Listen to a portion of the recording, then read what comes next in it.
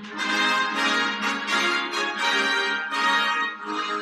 NBC News World Headquarters in New York, this is NBC Nightly News with Lester Holt. Good evening. I am not Lester Holt. We are not in New York, and this NBC stands for something else. I am Mary Maddock, and welcome to NBC News, News But Cheaper. Tonight, we will be reviewing one story because that's all we could afford right now. But I assure you this will be one riveting story. I will discuss the difference in media coverage of the mass exodus of the Rohingya from the country of Myanmar. I will look at this through the lens of agenda setting. Is the Myanmar government trying to hide the truth? Are reporters sticking their noses in the wrong places? What will come of the situation? We shall find out. Let's start with a little background information. Who are the Rohingya? The Rohingya is a group of Muslims who live on the west side of the country of Myanmar, formerly known as Burma. The country of Myanmar is located east of India and borders Laos, Bangladesh, and Thailand. The persecution of Muslims in Rohingya began back in October 2016. However, Muslims have always been a targeted minority. Many of them were stripped of their citizenship by the previous rulers of Myanmar. In the region, Buddhism is the primary practice, and Muslims have been persecuted for decades. Since the beginning, there has been limited but conflicting information on what is exactly going on there. What we do know for sure is that there has been plenty of violence on both sides of the situation. The Myanmar military has taken responsibility for the destruction of villages, and they even built a large grave that had hundreds of bodies. However, the Rohingya are fighting back. A group of Rohingya launched an attack on a local military base. In the midst of the violence, it is estimated that nearly 76,000 people have fled to neighboring Bangladesh, and plenty more have died. This is an important topic to study because Myanmar is contributing to the refugee crisis the world is facing right now. There are approximately 65 million registered refugees in the world, and the Rohingya make up a good portion of that. In this project, we will focus on two main research questions. How does the handling of information in both Western media and local Myanmar show agenda setting? And what happens to the problem when something more pressing comes up? For methodology, I compared news sites from local Myanmar and Western media. I used The Whole New Light of Myanmar, which is a government-issued online newspaper that is comparable to the New York Times. As for Western media, I gathered articles from CNN, New York Times, and BBC. I chose to use more than one Western media outlet because media can vary across forums. In total, I was able to gather 11 different types of media, from videos of the mass exodus to government-issued warnings. This has been a crazy back and forth. When it came to the videos, I focused on the stories that were being told. The majority were first-hand experiences of the people leaving Myanmar. When it comes to articles, I looked for loaded language, whether that be heavy accusations or just descriptive words like very or always. In Myanmar, information is limited. They primarily comment only when needed. The Myanmar government first broke its silence on February 10th when they needed to address accusations made in the New York Times. Hannah Beach wrote an expose where she described the experience of the Rohingya, both on their journey and the struggle at home. The Myanmar government broke their silence only to call the article completely false and, quote, fabricated. Not much else was heard until they spoke out to declare the Rohingya army a terrorist group. They released an official government declaration that the Rohingya are a terrorist group and they must be avoided. They stated, "The government of the Republic of the Union of Myanmar strongly condemns these terrorist acts and will do all in its power to prevent them from occurring again. It will strive to bring the perpetrators to justice." They continue to say, "The Union government hereby declares the Arkan Rohingya Salvation Army and its supporters responsible for the acts of terrorism as a terrorist group in accordance with the Counter-Terrorism Law, Section 6, Subsection 5.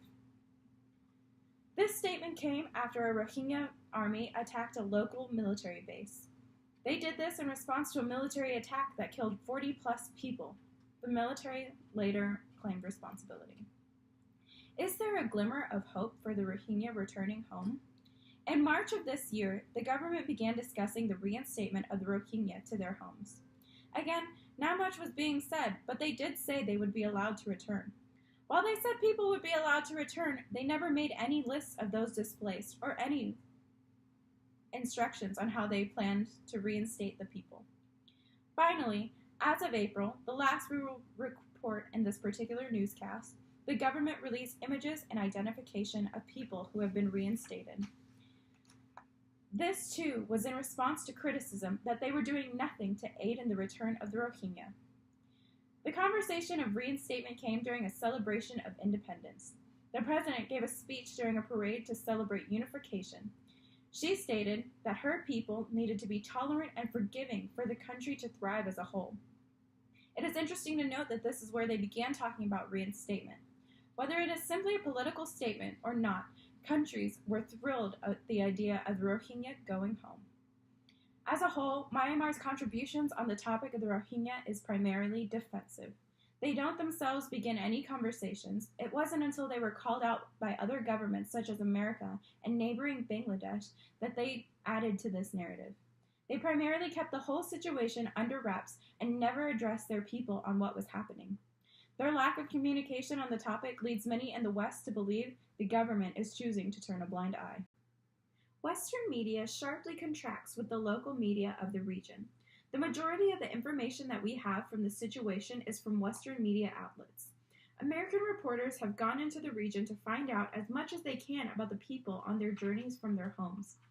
As mentioned earlier, one of the first articles was an expose on the region itself. Hannah Beach used plenty of loaded language and first-person accounts to paint the grueling picture of the life the Rohingya are forced to lead. The first thing we see when we open the article is the picture of women carrying children across the river. It really just pulls the heartstrings. This is the first we see of the, quote, humanitarian crisis. Following Beach, another writer from the New York Times created a full 15-minute documentary where they followed the Rohingya on the 4-day journey to neighboring Bangladesh. The video uses some of the most heart-wrenching pictures and again hosts interviews with families who describe their journey out of Myanmar. Western media, however, does make attempts to tell both sides of the story. They conducted an interview with Buddhist monks from the city. The monks claim that what is happening is, quote, not genocide, but necessary. They believe that Islam is a threat to their Buddhist practices. In addition to this, they also published an interview with the female president who revealed that a petrol bomb was thrown through the window of her personal home. CNN, however, contradicts these allegations with proof that Islam is not even the second largest religious population in the country of Myanmar. The religious numbers are Buddhism as the highest recorded, Christianity second, and Islam third. The story was going strong until the Olympic Games came around. There was zero talk of the Rohingya during the Olympic Games. A few minor statements here and there, but all of Western media was consumed with the excitement and star power of their athletes competing for gold. This raised the question, how important is the story really to Western media? As the leaders of the free nation, how can we turn the blind eye to people we were once so enveloped in? Happiness sells, and unfortunately, tragedy doesn't. Just because the West stopped talking about it doesn't mean the problem went away. It simply just didn't matter as much as curling. The conversation started back up after the Olympic Games. The conversation opened up when the West began reporting that Myanmar was actually reinstating people. This is the last we heard of the story in Western media. The West provided more information on this topic than any other news region. They filled us in on the, quote, humanitarian crisis and the feelings of the native people. Agenda setting is a big part of international communication. One of the most interesting things we learned in this class was if the leaders in media don't report on a topic, is the situation even happening? Something we can gather from these articles and the rhetoric surrounding the situation is that particular situations are only important until something better comes along. The Rohingya kept their silence until they were called out. They showed more interest in protecting themselves than protecting the people. Their defensive communication shows that they were far more concerned with the image of their country and its leaders than the truth of all of its citizens. As for the West, they are leading the free world. They provided almost all of the information we know about this topic. While they reported a great deal on the topic, there hasn't been much action from our own governments. This issue will continue to be resolved, but that will be all for this newscast. I am Mary Maddock, and thank you for watching NBC News, News But Cheaper.